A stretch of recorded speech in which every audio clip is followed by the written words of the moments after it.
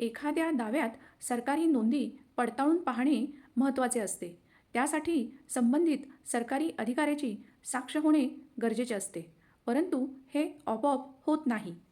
माननीय आंध्र प्रदेश हायकोर्ट यांचे 23 ऑगस्ट 2023 रोजीचे असे जजमेंट आहे की प्रत्येक दाव्यातील त्या दाव्यातील तथ्ये म्हणजेच फॅक्ट्स तसेच त्यातील परिस्थिती आणि दोन्ही बाजूंनी मांडलेले मुद्दे या सर्व गोष्टींचा नीट अभ्यास करून मगच कोर्ट निर्णय घेते की संबंधित सरकारी अधिकाऱ्यास साक्षी समन्सद्वारे बोलवण्याची आवश्यकता आहे का.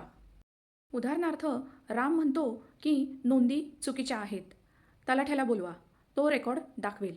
परंतु श्याम म्हणतो की नोंदी बरोबर आहेत, अधिकाऱ्याला बोलवायची गरज नाही.